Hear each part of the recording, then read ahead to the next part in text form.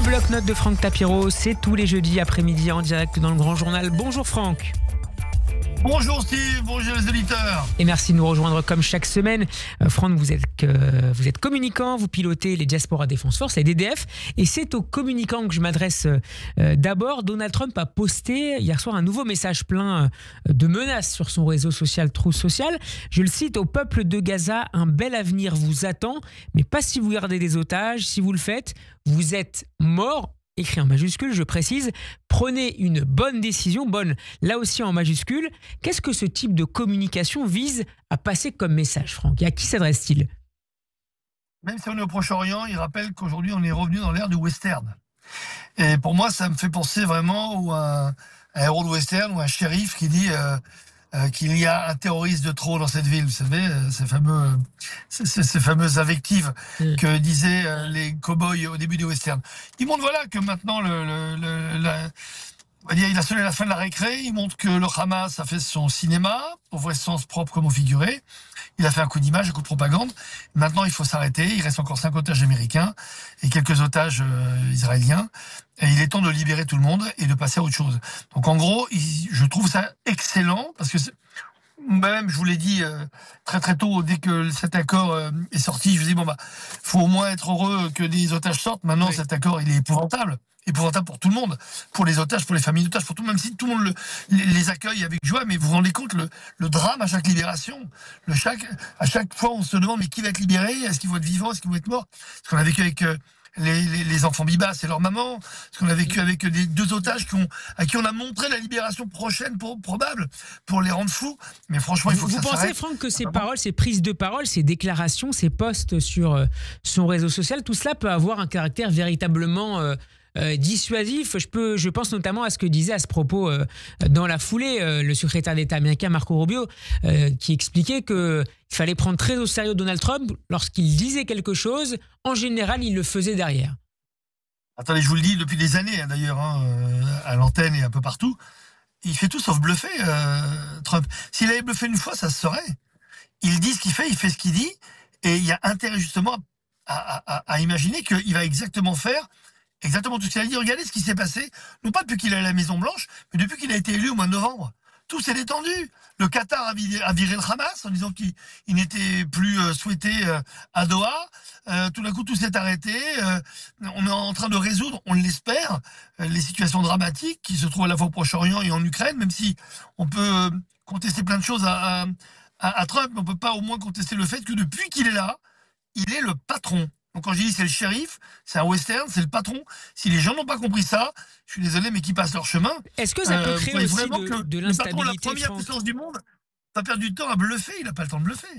Est-ce que ça peut créer malgré tout de l'instabilité, ces prises de parole, parfois extrêmement brutales, parfois extrêmement spectaculaires? On a tous suivi avec beaucoup d'attention cette scène. Peut-être d'ailleurs vous avez quelque chose à commenter, ce face-à-face, ce trio même, puisque J.D. Vance, le vice-président, a joué un rôle important dans ces discussions la semaine dernière, vendredi, dans le bureau ovale de la Maison-Blanche, ces échanges qui, devant les caméras du monde entier, se sont terminés par une prise de parole de Trump qui disait « Voilà, je pense qu'on en a suffisamment comme spectacle pour la télévision ». Non, attendez, on parle d'instabilité concernant Trump, mais ça veut dire que le monde est stable en ce moment? Il y a un truc que je ne comprends pas. En termes d'alliance, je pensais en termes d'alliance, notamment vis-à-vis de l'Europe. Mais à tous les niveaux, Steve. Le monde est dans une instabilité qui n'a jamais été aussi forte depuis la fin de la Seconde Guerre mondiale. Et on ose dire que Trump amène de l'instabilité, c'est exactement l'inverse. Je pense qu'en fait, il est en train de choquer d'un point de vue émotionnel, en communiquant, c'est un gros communicant, il choque pour après apaiser et amener dans son sens. Et c'est exactement ce qu'il a voulu faire de façon, certes peut-être ou maladroite ou outrancière avec Zelensky. Il a choqué l'opinion, il a choqué Zelensky, et maintenant ils vont commencer à tous les deux redescendre, et je pense qu'on va avoir une issue heureuse. On le verra, mais pour l'instant, vous savez, c'est un deal maker. Il sait exactement comment faire.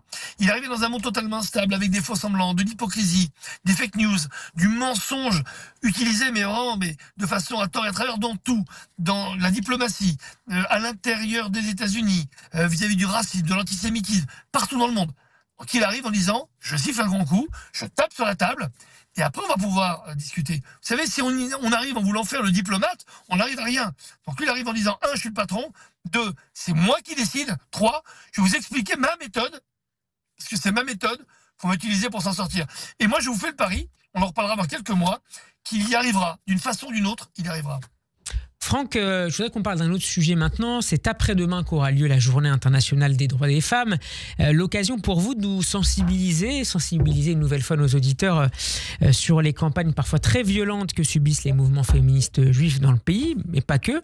Et au-delà, toute personnalité juive défendant depuis maintenant plus de 16 mois la libération des otages détenus à Gaza, ou plus globalement le droit d'Israël à se défendre contre le terrorisme.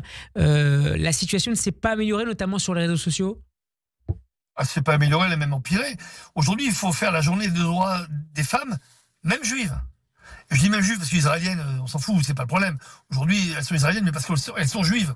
Et on voit bien depuis le 8 mars l'année dernière qu'il a fallu exfiltrer des femmes juives qui manifestaient pour rendre hommage déjà aux victimes juives, femmes israéliennes, le 7 octobre.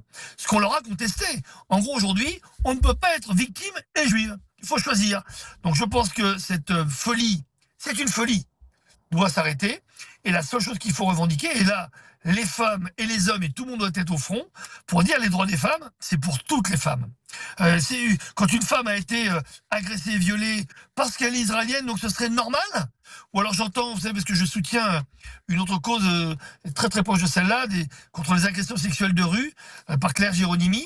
Et donc, certaines personnes me disent « Ah oui, mais Claire a été soutenue par Némésis et les gens du Rassemblement National, Éric Ciotti. » Et donc, ça va annuler le fait qu'elle se soit faite violer par un OQTF qui n'a rien eu à faire dans notre pays. Arrêtons. Il faut qu'à un moment, on sanctuarise la lutte de défense des femmes au sens large et la lutte contre les agressions sexuelles, contre le harcèlement et contre le fait que toutes ces femmes victimes doivent être jugées en valeur absolue. Qu'elles soient juives, qu'elles soient chrétiennes ou musulmanes, c'est pas le problème. Ce sont des femmes, il faut qu'elles soient protégées et tout le monde doit les soutenir. Il ne faut pas les essentialiser ou d'un point de vue religieux ou d'un point de vue politique, sinon on sort complètement du cadre.